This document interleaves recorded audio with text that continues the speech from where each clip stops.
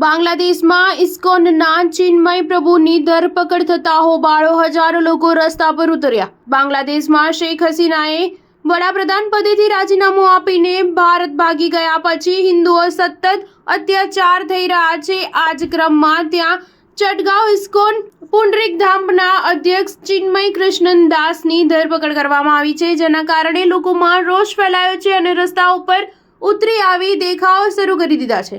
ISKCON મંદિરે કહ્યું કે ઢાકા પોલીસની જાસૂસી શાખાના અધિકારીઓએ ઢાકા વિમાની મથકેથી ચિન્મય પ્રભુની ધરપકડ કરી છે। ચિન્મય પ્રભુ શેખ હસીનાની સરકારનું પતન થયા બાદ હિન્દુઓ પર થઈ રહેલા અત્યાચાર મુદ્દે અવાજ ઉઠાવતા હતા।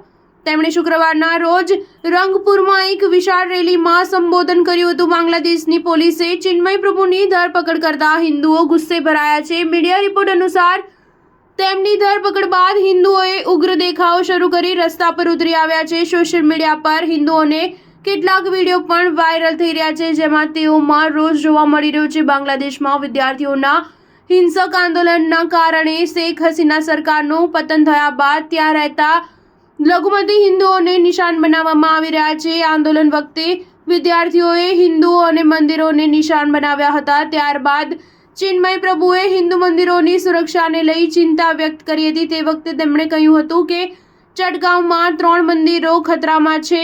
જો કે હિન્દુ અને મુસ્લિમ સમાજના કેટલાક લોકોએ સાથે મળીને મંદિરોને બચાવ્યા છે। તેમણે દાવો કર્યો હતો કે હિન્દુ સમાજે ચટગામમાં પોલીસ અને રેપિડ એક્શન બટાલિયન તૈનાત કરવાની વિનંતી કરી છે। જો કે તેમ છતાં તેમના તરફથી કોઈ જવાબ મળ્યો નથી।